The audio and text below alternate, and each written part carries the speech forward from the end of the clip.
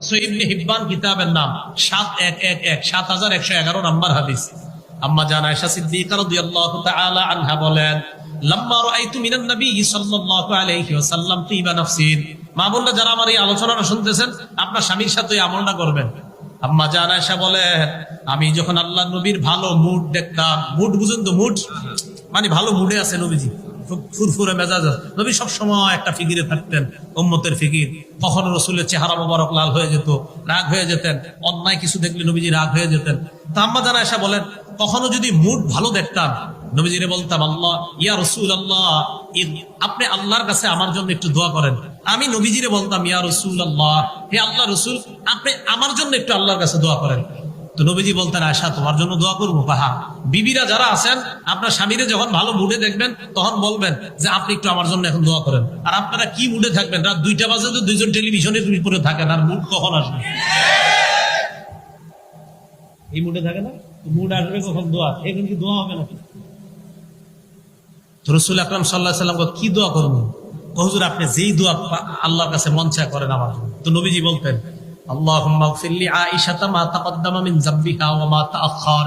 আল্লাহ আপনি আয়েশার আগে পরের সব গুনাহ মাফ করে দেন। সুবহানাল্লাহ। ওয়া মা আসাররাত ওয়া মা আলানা, প্রকাশ্য এবং গোপন যত গুনাহ আছে আল্লাহ সব মাফ করে দেন। আম্মা জান আয়েশা সিদ্দিকা দহিকাত, হাসা শুরু করতেন খুশিতে। দেখেন কি বলে, হাসতে হাসতে হাসতে হাসতে হাত্তা সাকাতা রাসুহা ফি হিজরিহা। আম্মা জান হাসতে হাসতে ওনার মাথাটা কোলের উপর গিয়ে পড়তো, এত হাসতেন। কেন? তো নবীজি কয়, আয়েশা হাসো কেন? খুশিতে। তো আল্লাহ রাসূল সাল্লাল্লাহু আলাইহি ওয়াসাল্লাম আম্মা জান আয়েশা সিদ্দিকা বলতেন, আয়েশা আয়া সুররুকি দুআই, আমি দোয়া করলে কি তুমি অনেক খুশি হও?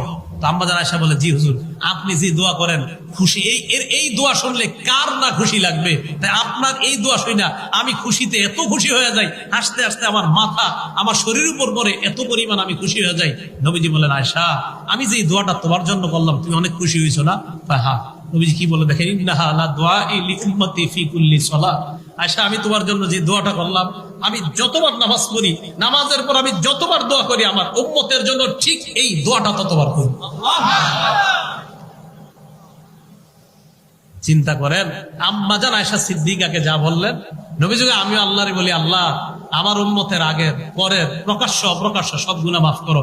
আমরা এখনো দুনিয়াতে আসি নাই, 1500 বছর আগে আমাদের জন্য দোয়া করে গেছেন। তো দূর থেকে আড়াল থেকে আমাদেরকে দেখে নাই যিনি, না দেখা যিনি দোয়া করার শ্রেষ্ঠ দৃষ্টান্ত দুনিয়াতে দেখায় গেছেন, রাসূল আকরাম সাল্লাল্লাহু আলাইহি সাল্লাম। তাই বলেন, এখন যদি বুঝে এসে থাকে, আমরা দোয়া করবো কার কাছে? আল্লাহর কাছে। দোয়ার বিরোধিতা করবেন না তো? না, দোয়ার বিরোধিতা করেন না।